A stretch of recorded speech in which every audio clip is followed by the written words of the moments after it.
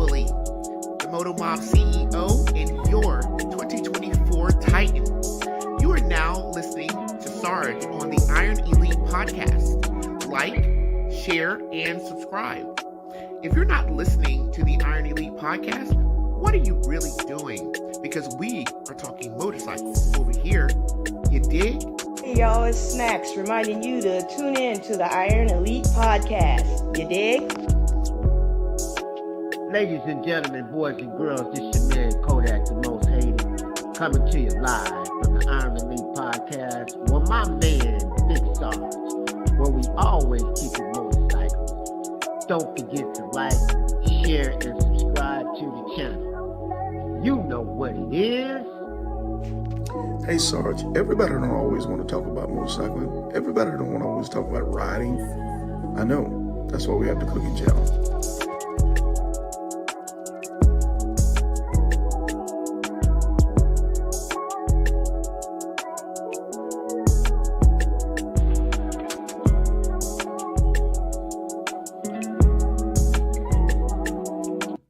Hey, good evening, everybody. Welcome to the Iron Elite Podcast Show, man. I know y'all like, man, Sarge, do you still got a job? Yes, I got a dang job, man. Mind your business. I'm on vacation. Stop hating, man. Hey, but we got a great show today. Let everybody know we're on.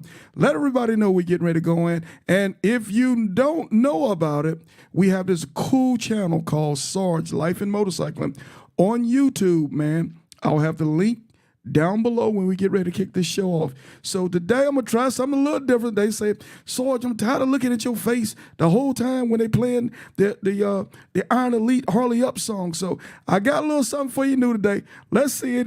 Let's see how it works out. K4L, let's do it. I asked the other day, hey Sarge, why you never play any fast music on your podcast? It's simple. I'm petty.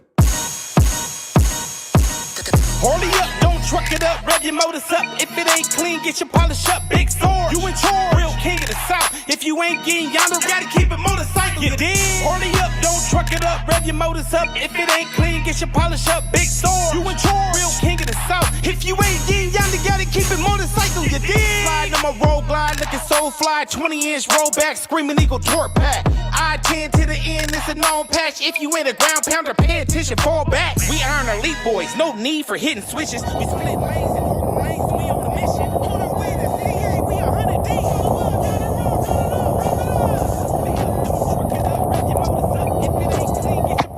Big Sarge, you in charge, real king of the South. If you ain't getting yonder, gotta keep it motorcycle. You dig? Harley up, don't truck it up, rev your motors up. If it ain't clean, get your polish up. Big Sarge, you in charge, real king of the South. If you ain't getting yonder, gotta keep it motorcycle. You dig? I'm outside with it. I scrape the town burning loud when the smoke clear up. You know a Harley did it. I'm real gnarly with it. My ride clean when it bling. I show the lean on the scene to get jiggy with it. No did it get it? I'm well equipped it. My bike side got a side, so you know I'm hit. She dropped it down and split it, backed it up to shift it. Let me kick a little game to you lames riding around here, giving a set a bad name. It don't matter what you rank or what you claim. When we turn it up, you keep it motorcycling, man. My soul brothers, they roll runners, we rolling deep. When it's time to rally up, it's Black Wall Street. When you see them MCs at the RTE, roll the world down the road, run it up, rip it up. Harley up, don't truck it up, rev your motors up. If it ain't clean, get your polish up. Big Sarge, you in charge, real king. Hey, man, sometimes it don't work out the way you want it to, man, but I'm going to get it together. I promise you guys the next run coming out the gate. So that was just something that we were experimenting with the opening video. And don't worry, David Bell, I'm going to get you in there. You and Sonny, y'all going to be front row. So we're going to get this thing together. But, hey, the reason we're here this evening is to talk about the I-10 to the end, man. That disrespectful heat that's been going on the last month and a half for riders out there. And I know what y'all saying. Sorry, look like you got more breed, guys. Hey, I can't help it. Them guys ride motorcycles. That's what it is. When you ride motorcycles, we'll get you on this podcast, and we'll be talking about your great story going coast to coast. So this evening, I'm going to bring them on. I'm going to get them working. I'm going to get them to tell us about their stories. So, fam, how you gentlemen doing this evening? We're living a life. Loving it. That's what's happening. That's what's happening, man. I done made about 50, 11 mistakes, but I'm going to get it together today, man. I ain't used to Hey man, it's like they say in church, man. Take your time. Take your time. Hey man, hey man, everything. Hey, I got a song for me because every time I mess up, where my song at, man? Where my hymnal at? Let's see. Let me find my hymnal. Dear Lord, thank you for waking us up this morning. Lord, thank you for our family and friends. Thank you for our hillside. Hey, Sarge, why you always got to talk about motorcycling? Hey, everything gonna be all right, man. Everything gonna be all right. But hey, fellas, if you don't mind, let's take a few minutes, man, to introduce ourselves to everybody. Tell us a little bit about you, man. All right, I guess I'll go first. My name is Howard Hunt. Everybody knows me as Phreeze. Been riding with Red Breed for the last 3.5 years, and that wasn't my first trip to California, but it was my first trip going I-10 to the end. And let me tell you something, that was an experience. And I wanted to make sure that I wanted to take Big Boy down there on the same experience. So there you have it, Big Boy. Hey, I'm Thaddeus Cole, known as Big Boy. I've been riding with Breed now for right at 9 months. Been on the bike scene for about 20 plus years now. And hey, let me tell you, that I-10 ride, man. I took him through it. I ain't gonna lie to you. You gotta be a different type of breed. Yeah. I mean, we're talking about going across the most southern portion of the United States of America in the dead middle of summer. Listen, Who in the world want to do that? I'll tell you, you have to be crazy. My wife told me I was crazy. Everybody told me I was crazy. There was Breed that was like, man, ain't no way. Ain't no way. No, she didn't say that you was crazy. If it's west of Houston, they're like, cancel that. She said her exact words. I don't think there was the right life decision. That's what she said. That was exactly what she said. You're making bad life decisions. Yeah, making bad life decisions at this point. Hey, I don't even think that's pun. I think that could be true, man, if you ain't ready to go. I'm going to say this real quick, fellas, before we get this thing cracking. Now, a few days ago, K-Solo posted on the Iron Elite page, man, and it was a sad situation. Yeah. It was some riders that was taking a tour, from what I understand from the article, going through Death Valley. Mm-hmm. Now, going through Death Valley any time of year is kind of, it ain't for the faint at heart. But going through Death Valley, man, in July when there's 118, 120 degrees, you know, unfortunately, a few of the bikers, you know, they suffered some heat casualties. And one biker actually was a heat fatality, man. So they actually lost their life, man, dealing around in that hot weather. We say this, man, that, you know, we say this, you know, we take risks when we ride motorcycles. Is that true, fellas? You know, whether it's winter, whether it's summer, whether it's whatever, we take risks when we ride motorcycles. So we understand the risks, but what we can't do is we can't take for granted preventative measures. You know, we have to have preventative measures so we can mitigate the risk that gives us the best opportunity to come back home to our family. Without just totally giving up living, we can do some preventative things. And hopefully today, after we're done with this podcast interview, we can give you guys some tools to put in your toolbox before you get out and make your ride, man, because it's going to be tough enough. It's even worse when you make it harder on yourself for no reason. Is that true, fellas? Yes. Yeah, we knew going in that we wanted to make sure that we acclimated ourselves prior to taking this trip in the first place. We, let me start off like this. First off, I did read the article and I saw the videos about the death that took place down in Death Valley. And that's unfortunate. And I think that was some of the scary things that my wife and some of our friends were talking about that. So, but Big Boy and I, we made sure, prior to that, we acclimated, we hydrated, we looked out for one another. But there was some trying times out there, no doubt. But through God's grace, and it was only through God's grace that we actually made it through all that heat, because it was rising. As soon as we got up in the morning, it was already 90-something degrees, and then an hour later, it was already in the triple digits. So we know what it was like.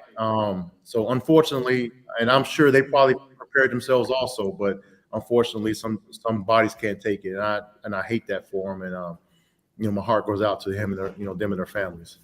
For sure, for sure. Condolences to the family. So fellas, with that being said, okay, we know we're coming from. Are you guys from the? Y'all not from the VA area, are you? No, Birmingham, from Alabama. Birmingham. We're outside of Birmingham. Oh Yeah. man, y'all know about the devil's underwear hot. I wanna hear, hey, Alabama's hot, boy. Hey man, I just left Alabama this weekend, bro. It was hotter than a mug. Listen, it's still hot. It rained. It's still hot out here after the rain. So Yeah, for sure. Yeah. Hey, so taking a trip like this, like you said, Phreeze, you've been across the country before. So obviously, you know, you're not taking a 40 this time. You down on the 10. So you really, really southern. There's no more southern than the 10, you know, except Mexico. That's the only place that's more southern than what you're doing. How do we? Okay, let's put together a packing list. What is important gear for us to ride with on the ride like this? And what did you use? Man, you know, it's crazy. So here's the thing about what I learned about going through the desert before. I knew that there's going to be, you're probably going to hit all 4 seasons going through I-10. Even in the summertime, there's going to be times where you're going to hit there's going to be times where you're going to hit a cold packet. In the time we went through, we knew we were, you know, well, we don't ride without our rain gear anyway. So you definitely going to bring your rain gear with you because you're going to hit some pockets. And in this time of year, you're going to hit storms, not just some rain. You're going to hit storms. So definitely have your rain gear, have some cold gear just in case, you know, heated gear if you got it. And I'm going to say this, bring you some sunblock, SPF 70 or higher, cover everything, face, arms, you know, whatever. Don't let your skin be exposed. We found out we still got burn marks, right? Most people wear long sleeve shirts, and I recommend wearing long sleeves. But even further than that, bring you some of those sleeves, those elastic sleeves on your arms. Yeah, I left mine at home. Big boy was gracious enough to have a second set, and he let me use those. And I'll tell you what, there's those come in handy. You don't want to be exposed to that sun and heat. Now, us wearing black probably wasn't the smartest thing in the world, but that's our uniform. Yeah. Especially those dry fit shirts. They dry fit. Cotton. If you don't have to wear cotton, don't wear cotton. I wore some overpants with a pair of shorts underneath. I didn't wear a pair of jeans or anything else going across that desert. I'm trying to tell you, I want to have as much wind flow as much as possible. And that just comes from experience. Your first time, you may not know that, but you definitely want to wear it the least amount possible with the least exposure. Okay. I was trying to, as you guys were talking, I know Nurse Tiffany, she's put out a, she's our resident motorcycle biker nurse. Okay. Been in the nursing field, I want to believe, 28 years or close to 28 years, somewhere in that 25, 28 years. And she's nice enough on the page. She keeps us constant with things that's going on. She had this pretty cool chart this morning that she talked about how much water per weight. You know, how much water, how many ounces of water that you have to take in a day per your weight. And obviously, if you're a real little itty bitty person, it's not quite as much. If you're a bigger person, it's a lot more. But in this equation, I think you have to multiply it all, because in this equation, you're constantly losing fluid. You're constantly losing fluid. So I wish I could put that on, but I will definitely get that on at the end of this show in the link as well. So gentlemen, obviously, y'all organization, y'all blackbirds. Right, so y'all the Rider Black gear. So with that being said, obviously there's things that you can do as well. I heard Big Boy say, the dry fit shirts. So I know mostly you guys wear riding pants. Am I correct? Yes.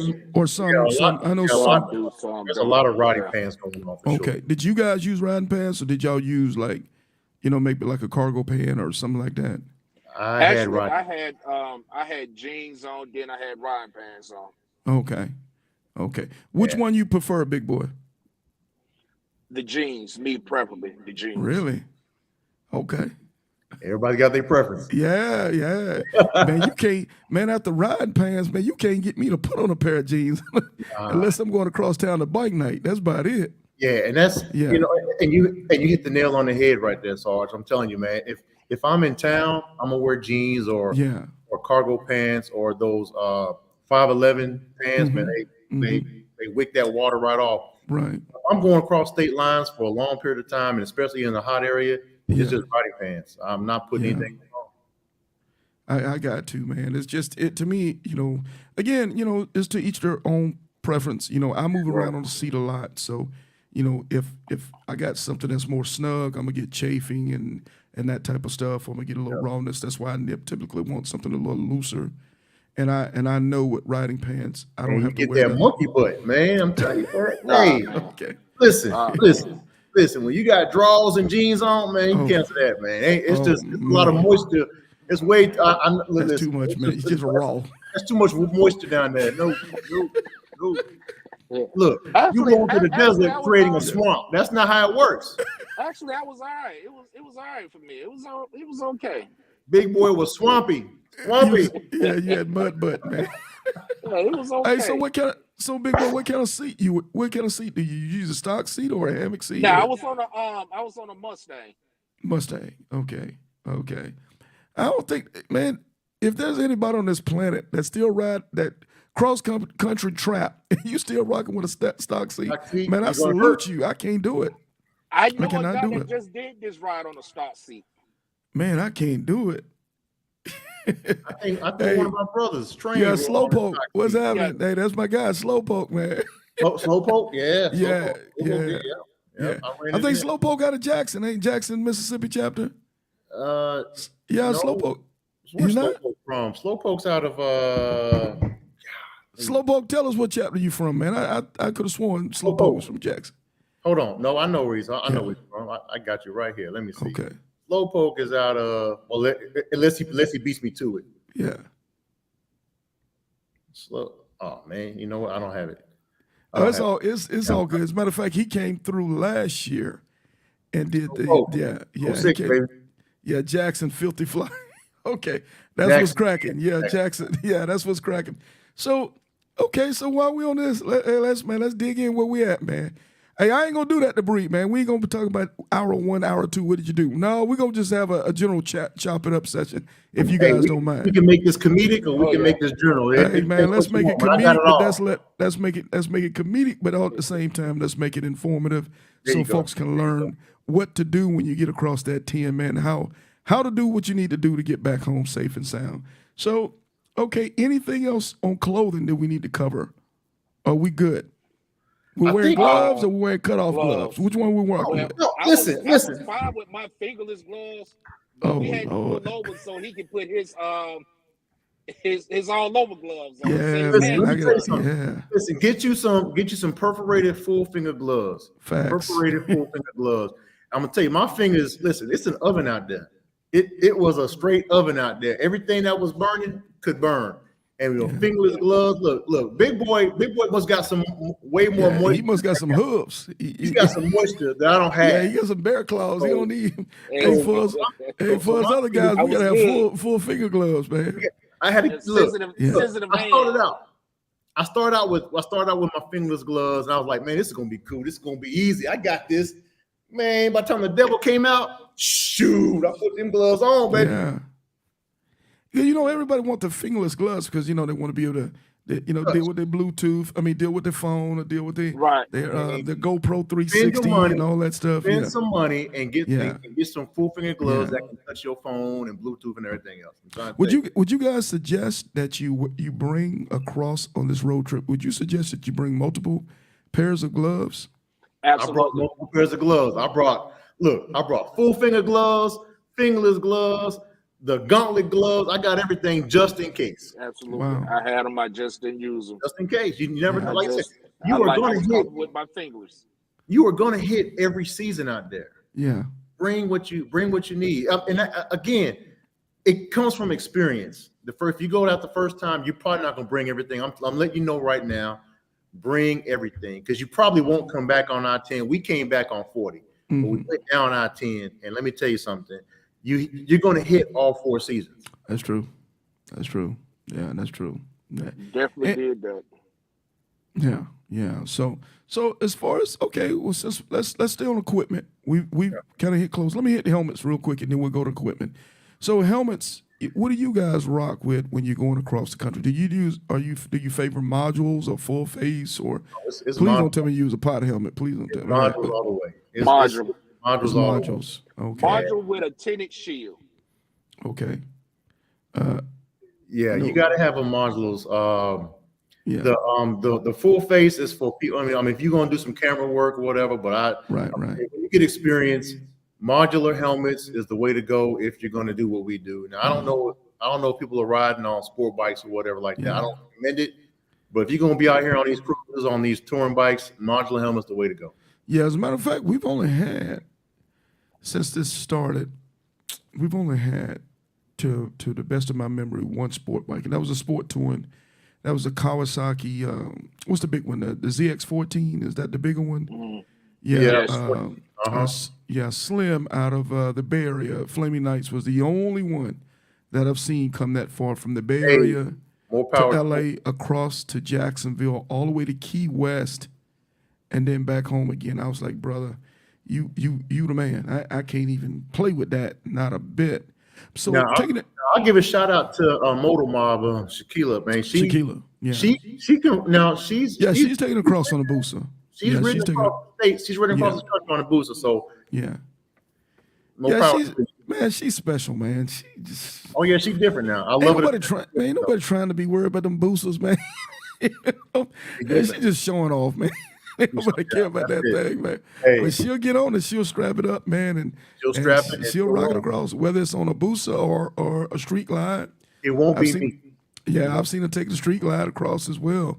So, okay, so on the module helmet, do you guys suggest facial gear? You know, maybe scarves, bandanas for this ride?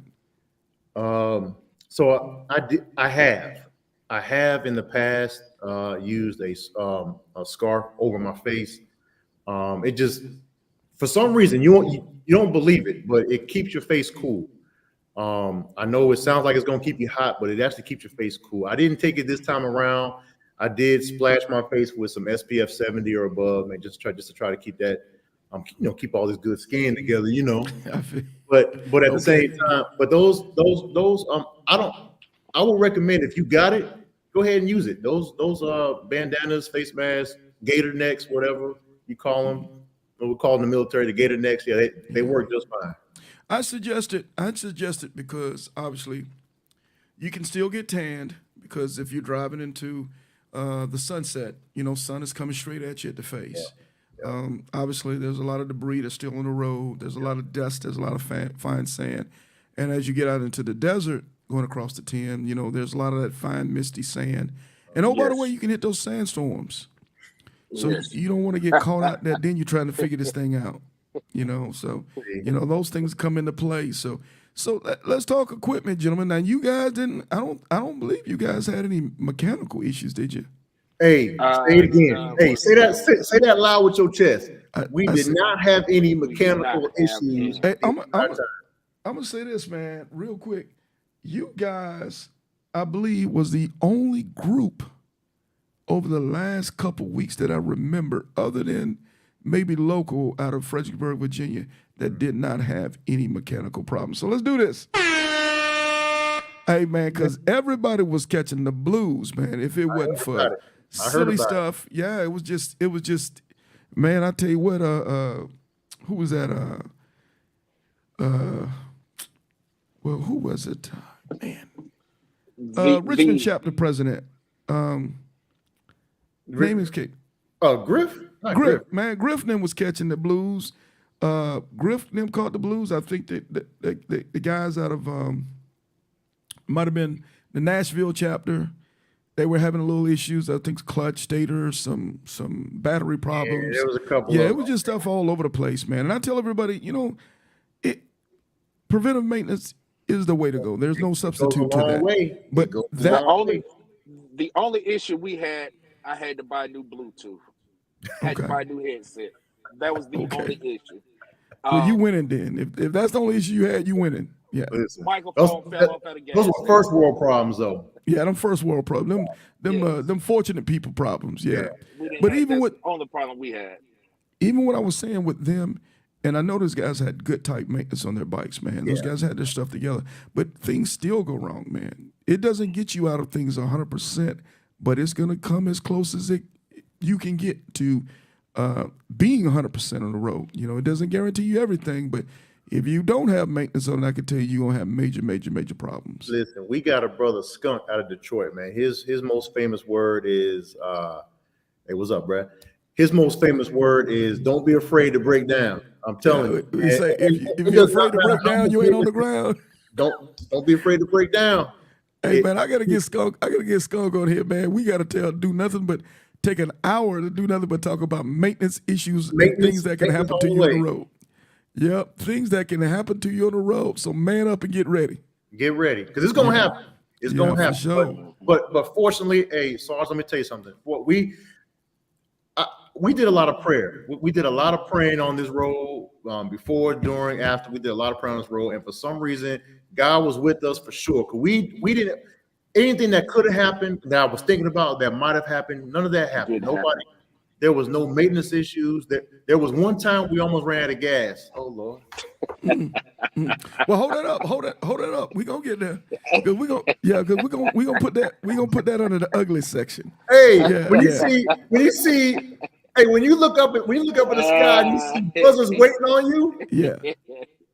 Oh, Yeah, they say, Man, hey, know what they tell you? Know what they tell you right now? Go ahead and slow on down, player. yeah, go slow down. Go Slow down, player. Hey, I'm here for you. We wait. Hey, the buzzer say, I'm here for you. I got you, man. Don't worry about Hey, nothing. listen, it's the devil talking to you in your ear. It's them buzzers, man. I'm trying to tell you. Facts. Hey, so let's do this before we get to the ugly. Let's do this. Let's talk about as far as equipment on the bike. You know, what would you guys suggest as far as equipment and tools on the bike? Now, I ain't talking about packing your extra set of Jordans and your jeans and your fly gear. I ain't talking about that. I'm talking about when it comes to roadside emergency type stuff. What are some of the things that you guys suggest that we take on the road with us? Air pump. air pump, zip ties, Allens, and stars. Yeah, you're gonna need those. And I always keep a a charger with me. So in case, because somebody's battery is always gonna die. Unfortunately, ours didn't this time, but somebody's battery is gonna die. Some of the basic, tool rolls that you can get. I mean, you can build them out in any way you like, but some of the basic ones, you need a stars, you need your ratchet set, small ratchet set. Allen wrenches. You'll save a life with Allen wrenches and zip ties. I promise you. Oh man. Oh man, zip ties go a long way. Long way. That and here's one thing: if you are going, look, anybody that's buying a Harley today, I'm letting you know right now, change your shift link. Get that out the way. Change that today. If you haven't done it already, change that out today. I've been saying it for years. Change that out today, because I've seen more people get busted on the road from that shift link. Change that out as soon. If you buy it from the store, don't leave the store without changing it out. That's my 2 cents right there. Every new bike I buy, Yeah, and sometimes new ain't always new. Sometimes it's new to me. new to you. That comes off there before it even comes out of the dealership. That's right. Don't leave the dealership. If you learn anything from Phreeze, take that with you. Change that shift link as soon as possible. I don't know why we pay all this money for that cheap shift link to come on the bike. Change that out today. Yeah, David Bell says also keep metal zip ties in case you have a zip tie, something that's hot. I've got some. I never really bring them with me, but that's a good suggestion, Dave. Bungee cords. That's what I was gonna say. 550 cord. Yeah, bungee cords. Okay, yeah, that's good stuff right there. Yeah, inexpensive, very strong. Very strong. Very strong. Yes. Okay. So fellas, I've incorporated now, thanks to Nurse Tiffany, a first aid kit on the road now. Some cleaning solutions. She has some cleaning solutions and alcohol and pads and some gauzes and those type of things. The things that men never think about. That's right. That's right. Hey, thank God for nurses right there, man. She's what do you say? Shift linkage had me riding in first gear, and ouch. Hey, Hey, bro, that's below average. That's Ouch. that's gotta hurt. That's miserable. I bought a new bike for this ride, and the first thing Phreeze said, "Did you change that shift linkage?" Oh man, definitely. Because if you don't, you're gonna be changing it in about a year or so anyway. You're gonna change it anyway. You're gonna be changing it. So you might as well get it over with now, and then take the new one and just put it in your bagger as a backup. Yeah. What you say? It's Leave it at easy dealership. change out. It takes 5 minutes to change out. Just keep it with you. Yeah, just use it as a spare, as a backup on the bike. So good stuff, gentlemen. I mean, we bringing some things out there. Now this is something too. I don't know about you guys. This is what I've started telling riders to incorporate when I meet them at the 10. Hey, look, you know, Piper. If you guys know Piper, she got a whole saddlebag dedicated to nothing but snacks and drinks. Now, when I see that, man, I start laughing. But, you know, lately I'm thinking, hey, man, you probably should start incorporating more roadside snacks, extra water, you know, electrolyte juices and those type of things. Because, say, going across and you're stuck in the desert for a couple hours waiting on AAA, like my man, I can't remember who was that got held up for hours. Who did I just do a couple of days ago? You know what? I saw that. Yeah. It'll come to me in a second, but I know what you're talking about. Yeah. Matter of fact, I think it was the Richmond chapter brothers. No, was it? Was it Mr. Big Baby? Was it Big Baby? And no, it wasn't Big Baby. No, Mr. Big. No, it wasn't Mr. Big. It was Lord forgive me. I saw the video. I'm gonna pull him up. I know exactly who it was. But you know, they were sitting on the side of the road, man, for 3 hours playing around with some issues with AAA and some other stuff, man. And that made me really start thinking again. You know, you might carry a bottle of water or so on the road, but you know, what if you're out there for 2 hours waiting on a recovery? You know, that could be. You know, that could be some scary stuff, man. Now that water's gonna be hot. It's gonna be hot. It's gonna be wet, but it's gonna be hot. Well, you know, I'm gonna take a hot and wet. Matter of fact, that was Griff and them group. I want to say it was Griff. Okay. Yeah. I didn't think it was him, but I didn't think so either. But I don't think it was Griff's bike though. It might have been. Man, it was Blaze. It was Blaze's bike. Blaze's bike. Yeah, it was Blaze's bike. You know, and they were waiting and playing games with AAA, and man. So long story short, they sat on the road for over 3 hours before Harley opened up to be able to pick them up and take them right down to Pensacola Harley Davidson. So I would suggest to every riders, man, bring some snacks that maybe can hold you down for a few hours.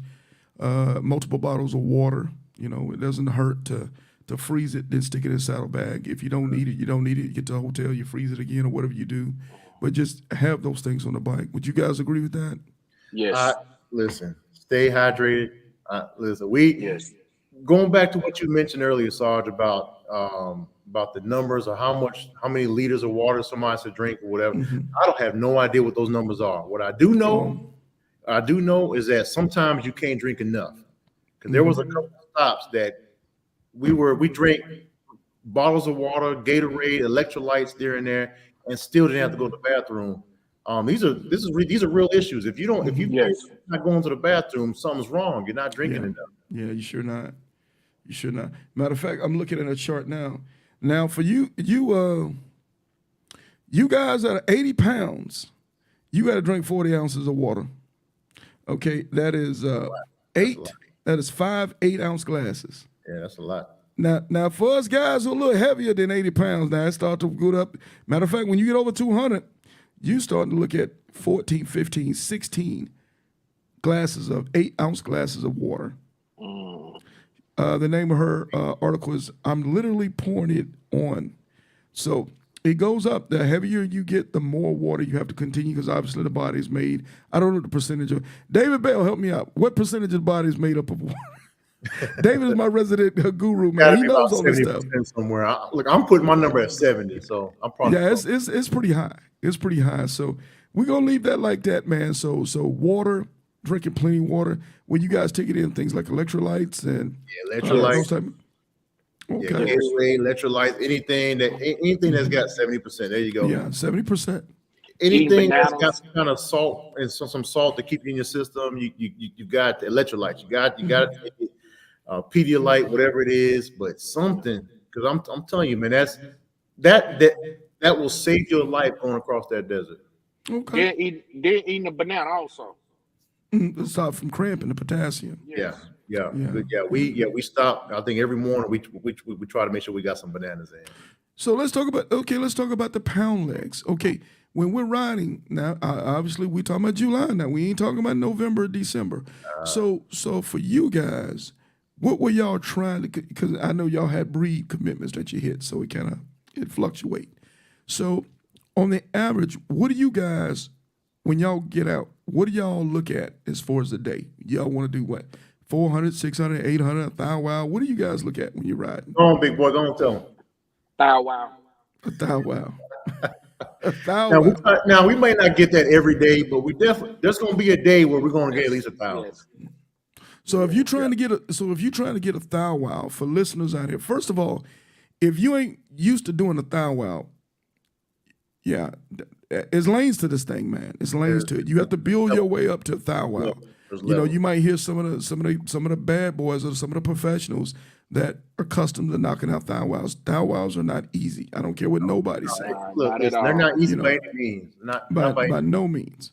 Yeah, David said pickles also for cramps. juice. Yeah. All that. Yep. So knocking out 1,000 wow, obviously you got to have a plan for that. Yeah. Do you guys, when doing 1,000 wow in a day, do you guys have a eating plan? Do y'all just say we just gonna snack all day until the end of the night and then we're gonna eat? Snack all day to the end of the night. That's what we was doing. Okay. Yeah. So man, listen. I think everybody who's ridden across these state lines on a regular basis, regularly, not just anybody, but regularly, food will put you to sleep.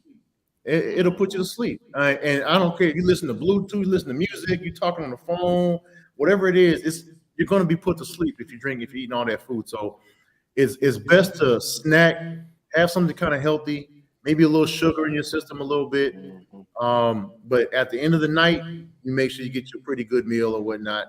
But throughout the day, now there's going to be somebody that's going to get some chicken from the gas station or whatever, and this and that. You're going to have that. You finna buy yourself an hour in the bathroom. But now they're swerving through the lanes, and so you already know who's half asleep. Mm-hmm. So but yeah, that's just snack and just keep hydrated. Really, if you get some nuts, some peanuts, So that's what I was doing: peanuts and peanut butter crackers and Powerade. Okay. Yeah. But when you said there's levels, Sarge, you hit the nail on the head again. Yeah, there's levels. You have to build yourself up to these, man. And so because you'll hurt yourself. You'll hurt yourself. Because if you're out there doing 1,000 wow, man, you're out there the entire day. You're starting at 5 a.m. That's dusk to dawn. Yeah. It's dusk to dawn. Or dawn to dusk. It is all day. And that's even hoping if you're not dealing with traffic issues, road conditions, an accident, those type of things. So at the gas tank, do you guys roll tank to tank, or do you do, hey, it's really, really hot, so we're gonna go every half tank, or we're gonna go down to a quarter of a tank? What do you do? All right. So okay. Now here's the thing. If you've done the route before, you have an idea of where the gas stations are in most cases. If you have not, man, you better find these gas stations on your GPS. I had 3 GPSs trying to find gas stations in there and everything. Really? Right. So we try to get down no lower than a quarter of a tank. Mm-hmm. I mean, that's and there's some times where you might have to fill up at a half a tank if you're going to stop. But a quarter of a tank is kind of like rule of thumb. If you're in an area like between, I don't know, Houston and Phoenix, you might want to stop at half a tank. Mm-hmm. They spread them out much further in the desert. I don't know why. They're much more further spread out. So if you see a gas station, man, hit that. Go ahead. We tell everybody once you get past San Antonio, from the stretch that we call the gauntlet here on the Iron Elite page, we call it the gauntlet. From Bernie, Texas to El Paso, towns are spread out. It's a lot of rural area. There's a lot of desert. There's a lot of mountains. Rural area gas stations. You can pull up on gas stations out there that only has 2 pumps. That's right. Some gas stations run out of gas. Some gas stations close early. It's all kind of different things that goes on and different type of things. Now I truly understand why everybody in Texas has a truck and everybody in Texas has a gas can on the back of the truck. Yeah. Because Texans get it, man. They understand. When you live in a state that big, they truly understand what the heck is going on out there, man. Shout Someone out to actually Texas. sent me a message and said, "Hey, you need to have a gas tank strapped to your bike." And I was like, "Nah, we're good. Nah, we might need a gas tank." It can catch you slipping. It can catch you slipping easy. We got real close We one almost time. got caught slipping. We got real close one Let's time. speak on it. Let's speak on it. Where we're at and what we doing. Oh man, where was we at, man? You remember? I think it was before Phoenix. It had to be before Phoenix. I could tell you, It was before Phoenix. we was running anywhere between 85 and 90.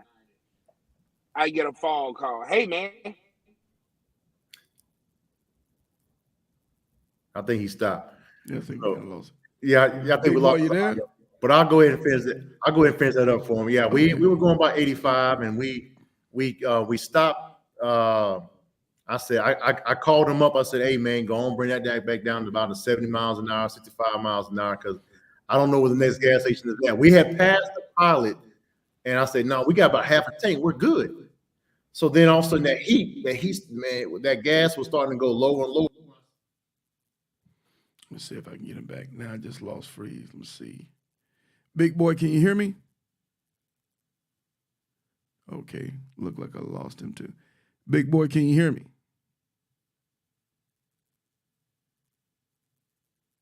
Okay, let's see if we can get him. Sorry, y'all. I'm gonna see if we can get Phreeze back on. Phreeze, can you hear me? Yeah, I hear you now, man. I don't know what happened. I don't know why I can't hear Big Boy. Big Boy, you got your mic muted by chance? Yeah, Big Boy, if you can hear us, pop out and then try to come back in, and I'll bring you back in.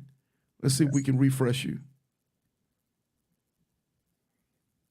There we go. We'll try to bring him back in. Hey, y'all, we ain't gonna let the devil win. We're gonna keep it pushing. So anyway, what we were talking about with the okay, we passed the Loves and now it's hot.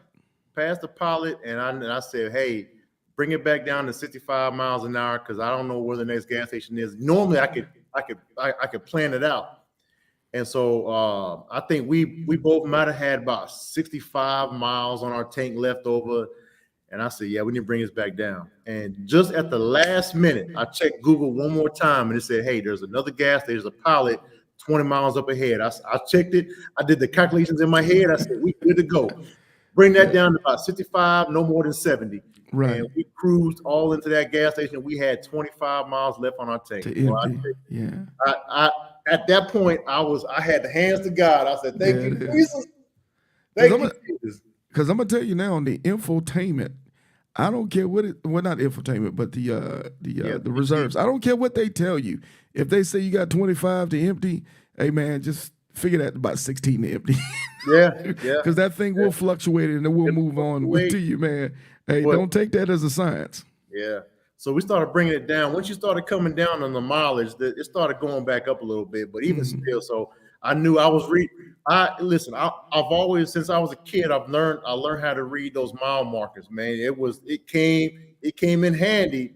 I'm like, man, we got 20 more miles to go. Ooh, 18 more. I'm putting out hand signs. 5 more miles to go. We almost there. And we good. That's interesting that you said that. I'm glad you said that because we have been speaking on that lately. Understanding how to read mile markers. It makes a difference in your traveling, man. It can be the difference of saving you, man.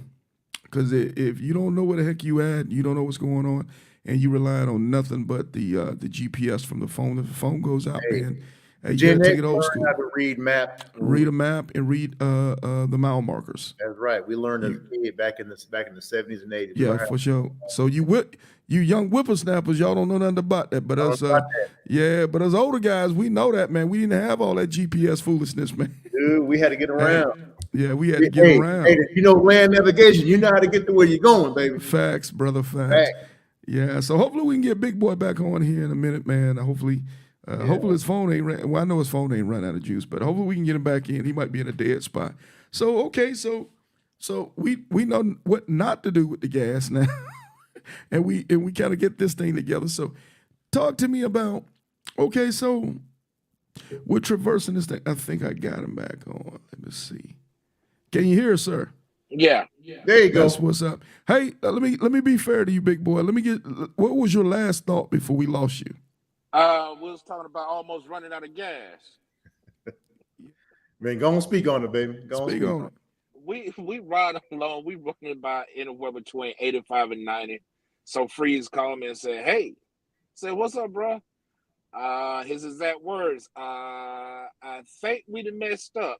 Said, "What do you mean we done messed up?" I don't see no gas station. So we went from running 90 to running a whole 55 to 60. Just like that. Hey. And you talking about somebody getting nervous for a minute? Yeah. I'm like, bruh, please, Lord, just don't let us run out of Yeah, gas. it was about that tight. Hey, do y'all ever do this, man? When you think you get ready to run out of gas, the first thing you want to do is turn the music down.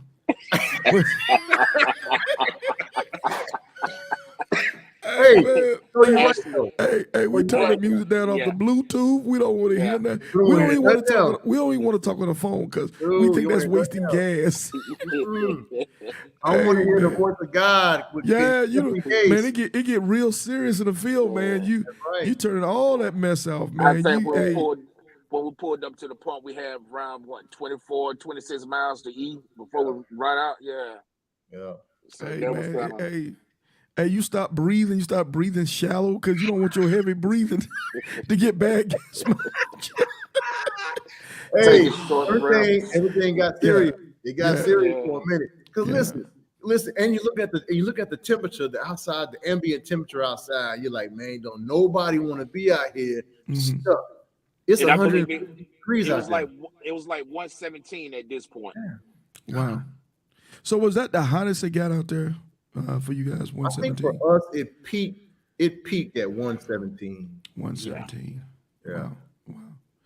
So, okay, doing our desert run, y'all were on what, day 2? When you're thinking of desert round in Texas and Arizona. Desert was on day 2. Yep. Yeah. So, okay, so let's take day 2. Let's say, where would we get to by the end of day 2? Were we in Phoenix? The end of day 2, we had stopped in Tucson. In Tucson, that's right. Okay. Tucson. So Tucson, if my memory serves me correctly, about 170 from Phoenix, give or take. Yeah. Okay. Arizona heat hits differently. It hits a lot different. What you say, man? Yeah. I've told people there's 3 types of heat when you're coming across the 10. You got everything east of Houston is humidity, sweltering heat. When you get San Antonio to maybe the end of New Mexico, that's a different type of dusty heat. But Arizona is the devil's underwear hot. Man, I call it a different name. It's a full service hot. Right there. You call it a what now? I call it a whole different name, but that's right there too. Yeah, bro. It is a blowtorch. It is a blowtorch. Out there, skin has to be covered. Everything has to be covered. Everything. Yes. Even dry fit shirts, if you ain't careful, around the wrist, if they're blowing up from the wind on the bike, you will have those wrists sunburned. That's why those sleeves. That's what I was talking about. Those sleeves came in because the wind will ride it up. You need them sleeves. Yeah. Mm-hmm. Okay. So we're pounding and we're grinding. Any type of construction issues going through some of the major cities? Anything we need to know about? Listen. First off, we thought there. I know 4th of July they had stopped construction, but there was. I don't even know what to say. There was so much construction in certain areas, in some of the urban areas. San Antonio, I don't think I've ever been through San Antonio where there's not construction. There's been construction in San Antonio since I was a kid. It ain't stopped yet. It's the same construction. Houston, construction. Mm-hmm. And it's always under construction and nothing's ever finished. So yeah, that's gonna be part of it. You're shifting lanes, going from jagged roads to, you name it. So you have to be on your P's and Q's and you gotta look out for everybody because man, a lot of folks, I don't know what it is. A lot of folks love bikers, and a lot of folks just don't care. Would you suggest if you're going to make this trip, you're going to go from the east to the west and back to the east, do you suggest starting this ride off with a fresh set of tires? Absolutely. I would suggest if you have to get a fresh. It all depends. I mean, we know these tires cost an arm and a leg. So, but if you know that your tires, and this is part of your maintenance, this is part of because if not, you're gonna be out there in that desert needing tires, and that's the last place you want to be at when you realize, man, I wish I'd have bought some tires. I think you should, and I'm gonna tell you my reason why.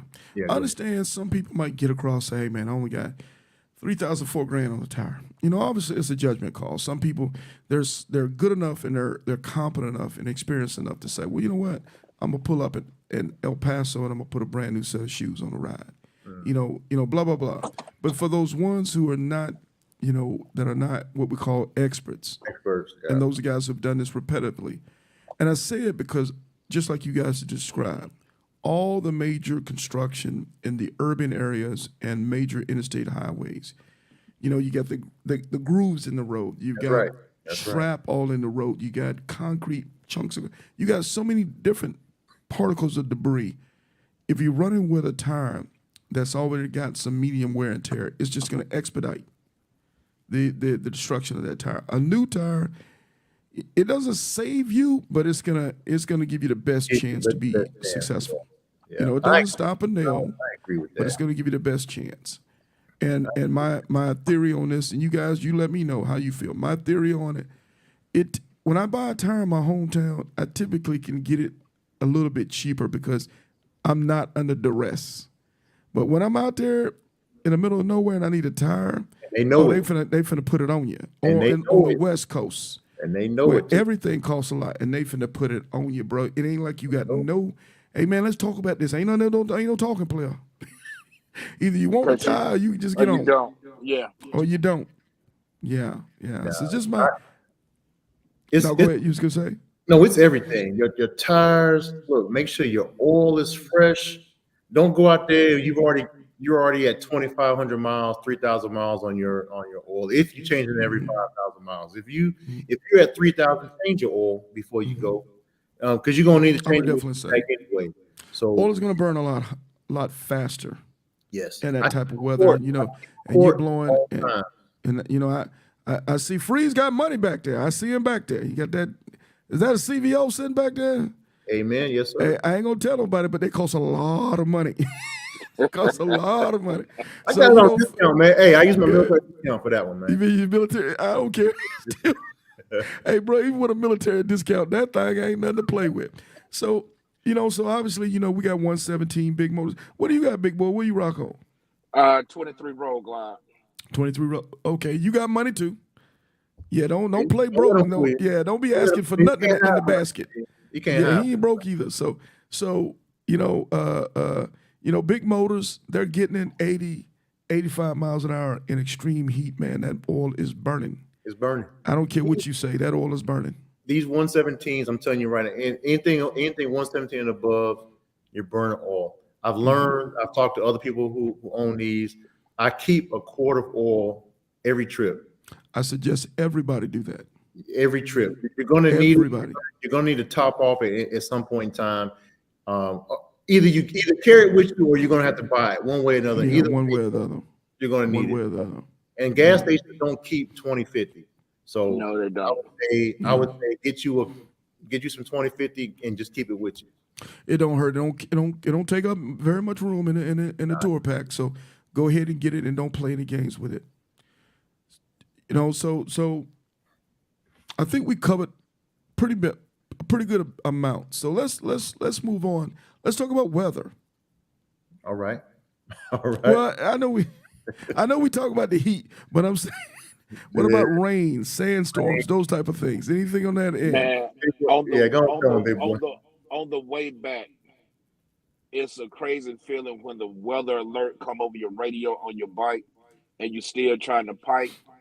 Mm-hmm. So we had to pull over and find a room in Albuquerque.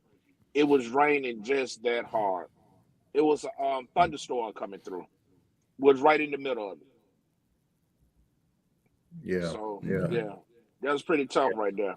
But the sandstorms. Now, hey, now, listen. I'll tell you the truth. There was some times in that desert. We're looking for a rain cloud. I swear to God, I wished I could have found some more rain clouds going through I-10. Yeah. That it, man. And when it did rain a couple times, man, we were like, it rained for about a good 10 minutes, and you was dry by the time you got a mile down the road.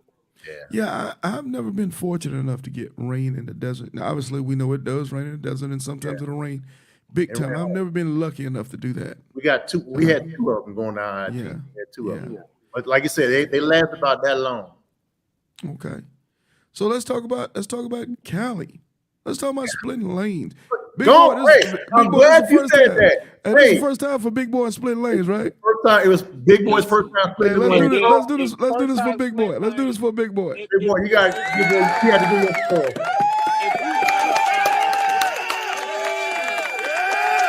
Hey, Big Boy, talk to us. Tell us about it. If you're not an experienced rider, splitting lanes is not for the faint of heart, man. Yeah. And especially the way that I was riding out there, I'm bone stopped. My bike still sound like a Black & Decker sewing machine, man. So I had to get up close up on them. So, So you wasn't revving no motor. It ain't do no good. Man, it didn't do no good. Trying to come and stay close. You got to. Sarge, I was sounding like a Black & Decker sewing machine, my guy. It was rough. Yeah, you gonna need some pipes in LA. You're gonna need some pipes. But when he goes back, I'm tell you, when you go back, you're gonna be like, oh, I'm splitting these lanes. Yeah. Because I tell you, we was getting it. Everybody that's been out there before, we already knew. Man, listen, you got to split them lanes, or you're gonna be sitting there turn up. It's not gonna take you long to join in. Yeah, you program. can. For everybody who's listening out, who's never made the trip or is getting ready to make the trip, splitting lanes. If you don't want to split lanes in Cali, you're gonna have to ride into LA late at night. Yes, late, and that in itself is problematic. The roads are not that great. It's dark. You can't see a lot of times. So I suggest that if it bothers you that bad, or you think it's going to bother you, you might want to get in a parking lot and start practicing with some cones. Driving in between a narrow space and a cone, because you're not going to have a ton of room. You can't be splitting lanes crawling. When you get in there, when you see the gap, you got to get in the gap. You got to get in there. You got to hit those pipes. You got to hit those pipes. They got to hear you coming. Boom, boom, boom, boom, boom. Then they got to hear you coming, because some understand the mission, some don't give a damn about the mission. Yeah. Some going to give you a space that you can put a tractor trailer through, and some ain't going to give you enough room that you can put a spaghetti string through. But you cannot afford in that traffic to put your foot down on that road. No. You cannot afford it. It becomes more dangerous. What's that now? You're going to melt down. Yeah. Your bike's going to overheat. Yep. He said David said a pinch you can use diesel. Man, I hope I never get in that pinch, bro. Yeah, man. I hope I never get in that pinch. Yeah. Yeah. Hey, I want to take a word on that one, bro. Yeah, I want to leave that one alone. I imagine you probably could. But diesel oil is very lubricating, so I do know that. Okay. I know that. So on the traffic, was the traffic really bad as you guys got in? What time of evening did you guys get in? I think we got in at local time. It was about 2:00. 2:30. Wow. And we hit the pier. I think when we sent that picture to you at the pier, it was about 2:30, give or take. So you guys got in there when the traffic was in there?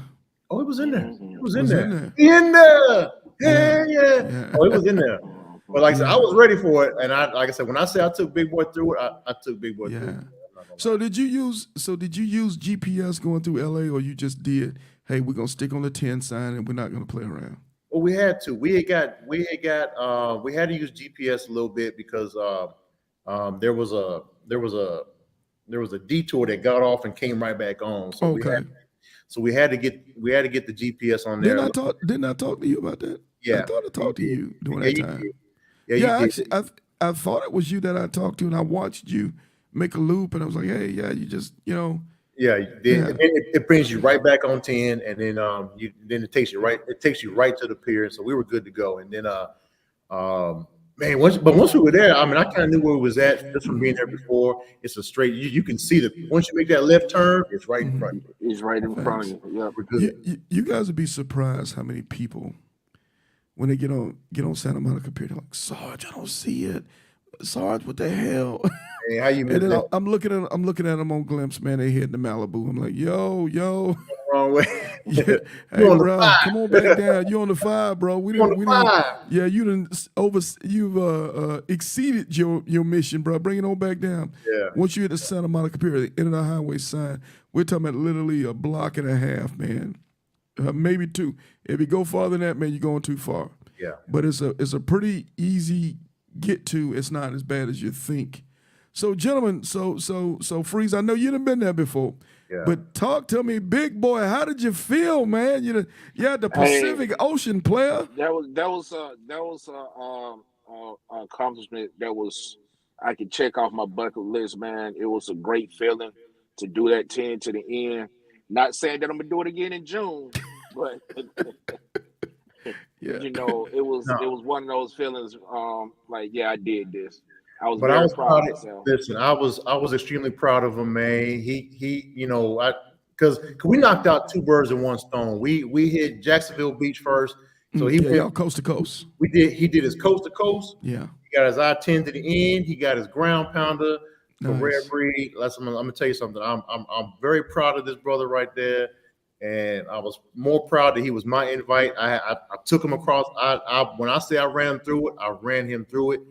He is truly going to be a breed, and he knows it, and he's going to do somebody else the same way. Oh yeah. Hey, he asked me. His question was, "Man, did they take you to I-10?" I say, "No, no." I shot across the 40. I went to Savannah. Oh, you went to Savannah. I hit So you did the I-40. 10. You took 16. Okay, Yeah, you did 40. 16, Yeah, you went. 16 on 4, 16, 22, 40. That was it Okay, right there. I know exactly what you're talking about. And so he was like, "Well, why you take me this way, man? The Break knockout it in. motel We're is killing bro. 3 birds with 1 stone right now." That's what's up. Right. So let me do this. Let me do this, man. Let me do this for Big Boy, man. I'm proud of you, brother. Proud of I'm you. gonna tell you Appreciate this. that. I'm gonna say this, man. It's not easy. It's no easy feat. You did it. Let me say, by you doing it, I think you proved that you're gonna be worthy for the organization. I think you proved to the brothers that you have what it takes. And I think that's special, man. That's what brings the bond you, sir. together, because we know everybody has to go through this suffering, and that's where the respect comes from. So let me say this, bro. Thank you for caring enough to share your ride with us. So let's do this real quick. Thank you, sir. Man, salute. Thank you. And Phreeze, for you, man, thank you for having the heart of a leader, man. Having the heart of a leader, being a real brother, to have patience with your brother and get him across that country, man, so he could feel what you felt the first time you went across that country, man. Yeah. And that's where those bonds begin, man. Those bonds don't come in the clubhouse. I can tell you that now. Yeah, but they gonna come on that highway. Get on that road. You got to get out on that road. You gotta get out on that road. So, gentlemen, let's do this. Let's bring it into home. Let's do a debrief. Let's do good, the bad, the ugly, and what takeaway that you would want for us as riders, as riders who get ready to go to cross. What do you want us to know about your ride? Man, look, I'll go ahead and start. I'll say start with the good. The good is it's an accomplishment. Regardless of what you do, you're going to feel good about it. The bad, if you're riding with other people, that heat is gonna get you fussing and fighting. You're gonna be mad at each other for some reason, but you're gonna be absolutely you're gonna bring in a lot of love right absolutely. There. The ugly, do not do this in June. I'm trying to tell you, Absolutely. don't do this in June. Don't do it. Hey, more Bree gonna be doing this in June. Y'all know y'all got that mother chapter. November, late November to April. Right. November to April. Yeah. That's it. The sweet spots. Huh? I've already done it. You ain't gotta do it no more. Ain't gotta do it never again. Hey, all you gotta have is one Super Bowl ring, right? All the one Super Bowl ring to be a Super Bowl champ. That's it. Anything else, Phreeze? Man, listen. Hey, I'm gonna be real right now. I know I've been joking around and stuff like this, man, but Sarge, listen, and I know because we got on the whole thing. I seen a lot of people doing this I-10 to the end. I'm thinking I'm gonna be like, oh man, I'm gonna do the I-10 to the end. This is easy, though. It's easy. They said, hey, Phreeze, did you call Sarge? I said, I'm supposed to call Sarge. Hey, we watched you, man. We're like, yeah, but I documented it up. And listen, this is gonna be the thing. Y'all gonna see the whole video of I-10 to the end on Love on Two Wheels. Love on Two Wheels. We're gonna make sure we have it on there. That's your YouTube? That's my YouTube. Love on Two Wheels. Love on number 2 wheels. Make sure you send me that information, man. We'll put it in the description. Matter of fact, if I'd have known that, we would already put it in the comment section. So say that again for us, bro, so everybody can hear it. YouTube, Love on Two Wheels, or hit me up on IG at IG Phreeze, Phreeze. There you go. All no, right. Don't be scared. Don't be scared. Don't be Hey, scared. David said, y'all scared. You know what? You know Ready what? to go. No, be scared. Be scared. Be scared. Be scared. But guess what? It ain't nothing to it but to do it. That part. This is what you get right there. Right there. That part. Earn, not given, dang it. Earn, not given. Right Hey, about what you got, big boy? What you got for us? Hey man, the good is that I did it with a wonderful guy, man. Phreeze, I took my hat off to you, man. You took me across there and brought me back with no problems, no hesitation. The bad was the heat. You know, it had you kind of fog in the head, arguments and disagreements. But at the end of the day, we all came together.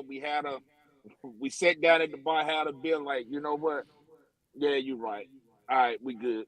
And moved on, man. And don't do it in June. Don't do it in June. See what I tell you? I ain't lying. Don't do it in June. Well, I'm not gonna lie to you. I'm not gonna hold you, man. In February, it can get pretty rude too. You know, February, January, it can get pretty rude with the weather. Mr. Nate and Gorilla Blue came through to do it coming this way for the Titan Award. And man, it was kind of rude. It was very disrespectful out there. You know what I'm saying? I saw that. Yeah, it was a lot of rain. It was a lot of rain. Yeah, they were dealing with ice and all kind of foolishness, but they did it like G's, man. They did it like G's. Yeah. What? I'm sorry, big boy. Finish your thought, bro. I'm good. That was it, man. Yeah. That was it, you know. Well, gentlemen, let me say this real quick. As what Slowpoke say, you got to make them D&D sing like Barry White. You ain't never lied. Got to. Going through there, boy, they need to hear you. But let me say this, man. So Rider 267 and Rider 268 forever and ever. Oh, man, that's what y'all are. Hey, man, so great time. Hey, fellas, so we going to go ahead and wrap this thing up, man, unless y'all got any final words for us, for the viewers. We good? Hey, we good. Hey, Sarge, we appreciate you, man. You know, keep doing what you're doing. You're making, you know what, if it ain't worldwide, you're going to be worldwide. Folks are going to come across here just to do this I-10, man. So keep doing what you're doing. Thank God for you. God bless and all the other good stuff. And everybody's watching. Hey, 06, baby. There it is, man. Hey, appreciate what you're doing, man, and ride your ride. That's all you got to do. Ride your ride. Ride your ride, man. Mad respect, fellas. Mad respect for you guys.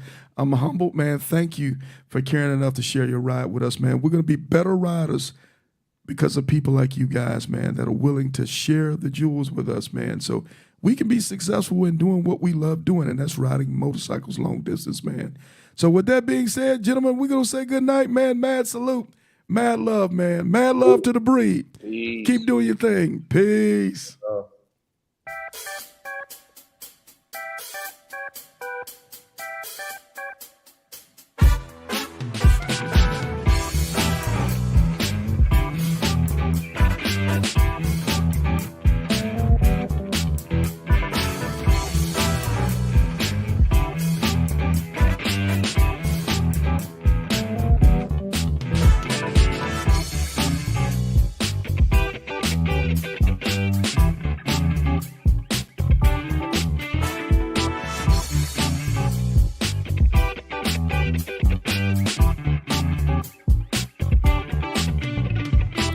Hey, so there you have it, man. Rider 267 Phreeze, Rider 268. My man, big boy, man, have gone across the 10 and did it like it was no thing. I-10 end to end. And I know, Sarge, you say everybody keeps saying the same thing about the heat. If they're saying the same thing, man, it's for real, for real. And that's okay, man. The winter has its own issues too, just like David Bell said. December, January, February, man, can be a mother. The thing is what we have to do is understand. No ride is going to be super, super easy. Weather's not there to be our friend. Weather doesn't care about what we're going through. The biggest thing that we have to know and remember and enforce to ourselves, be prepared for all 4 seasons. Be prepared. Rain gear. Don't buy cheap trash. Buy good quality gear, man. That's gonna bring protection to you in a bad weather storm. Heated gear. Go invest in heated gear. If you know you're gonna be doing this yonder game for a while, man, it's fine. If you're never gonna leave the South and you're never gonna ride around in the wintertime, then you don't need winter heated gear. But if you know you're gonna be experiencing this country behind the handlebars of a motorcycle, man, invest in some heated gear, man. It is well worth the money. Heated gloves, good boots, good helmet, eye protection. Invest in the things that's going to keep you safe on the highway. That's going to make your ride a more pleasurable ride. Now, you still got to go through the pains of sitting on that seat for hours and hours of a time, but that's the pains that we accept as being motorcycle riders. But the other things, we don't have to negotiate those things. Good sturdy handlebars that are comfortable for you, a good seat. All those things that we talked about today, roadside emergency equipment. So just in case if you have a roadside emergency, it's just a little minor setback. It's not a major catastrophe. Something that I forgot to ask the guys, and I did ask the guys earlier today on the interview, the money piece. Having your emergency credit card, having cash on hand for the ride, and having a network of people going across the country who know about you, having you a pit crew of people if something goes wrong or people know where you're at. And by the way, don't have your pit crew of people that don't care about you. I've lived life with having people that don't care about me. Don't do that. Your pit crew need to be made up of 2, 3, 4 people. How many people that care about you genuinely? That if they ain't heard from you in a few minutes, they checking in here. Those kind of people need to be in your pit crew.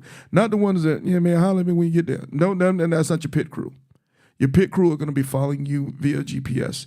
Your pit crews, they're going to see you sitting somewhere for more than a normal amount of time or a nominal amount of time. And they're checking in. Hey, what's going on? Do I need to call somebody? Do I need to check? That's what I'm talking about with a pit crew.